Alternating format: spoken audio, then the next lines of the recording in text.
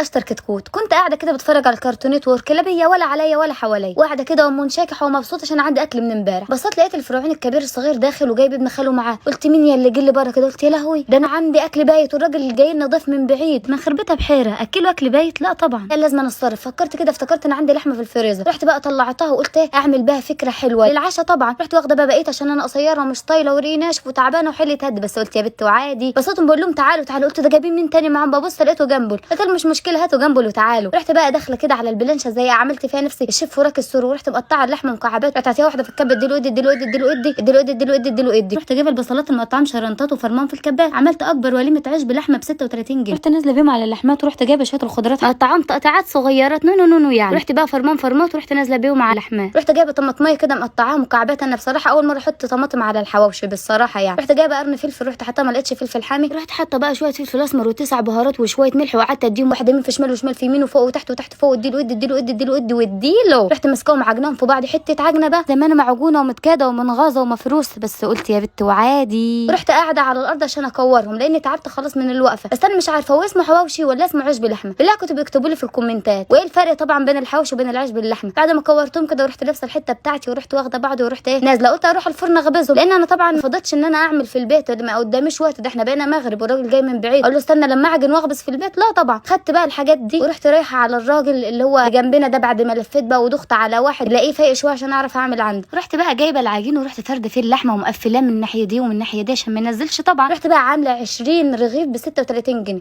تخيلوا عملت 20 رغيف عيش بلحمه ب 36 جنيه بس. قلت له استنى بقى لما احطهم انا في الفرن، ده الحته دي لعبتي وشغلتي. قال لي تعالي اتفضلي. رحت حطاهم بقى وبعد ما سويتهم طلعتهم، بصوا بقوا فل شمعه منوره، ده مش عيش بلحمه ده بدر منور يا ولاد. عيب بقى لو وصلتوا لحد هنا ما تحطوش لايك، انا عايزه لايكات كتير عشان نسحلنا منكم. بعدين بقى دخلت على الماركت جبت كيسان شيبسي، جبت زيتون كلاطاطه لزوم التحابيش يعني، المفروض الست الشاطره تعمل زيتون في البيت، بس بقى معلش. خدت بعضي ورحت طالع بقى على البيت ورحت رسالهم الوليمه دي كلها. تخيلوا بقى ان الوليمه دي كلها ب 36 جنيه بس، والموضوع ده كله ما خدش معايا 8 دقيقه. المهم كده قلت لهم اتفضلوا بقى دوقوا الاكل وقولوا لي ايه رايكم فيه. قاعد بقى الفرعون الكبير الصغير يعزم على ابن خاله يقول له اتفضل كل عشان انت ضيفنا طبعا، وهم قاعدين انت عارفين هم مبسوطين ليه؟ مش عشان الاكل حلو وبس، ربنا فكهم فكهم من الاكل البيت بتاع امبارح عشان كده هم مبسوطين. قلت لهم لا طبعا الاكل البيت هتاكلوه بكره برضه. قالوا مش مشكله، المهم احنا خلينا في النهارده، اكلنا النهارده وموتنا بكره. وقاعد بقى الفرعون الكبير الصغير ياكل ويقول لي الله الله، والحمد لله يا اولاد ان كان عندي فسم في الثلاجه ما اضطرتش ان انا نشتري. قلت له ايه رايك بقى يا عم الضيف انت في الاكل بتاعنا؟ لا والله تسلم ايديك وضوافر عينيك. قلت له تسلم لي يا اخوي. ورحنا بقى نازلين على الاكل كده حاتتك بتتك، احنا جعانين يا اولاد طول اليوم ما دقناش الاكل، وكده كده اتفكينا من الاكل البايت، بس هنخلوه لبكره برضه هناكله. امي قالت لي والله تسلم ايدك يا ندى الاكل جميل وطعمه جميل وعجبني. ما تنسوش بقى اللايك والكومنت والشير وتتمنوا لنا من قلبكم الخير. سلام عليكم.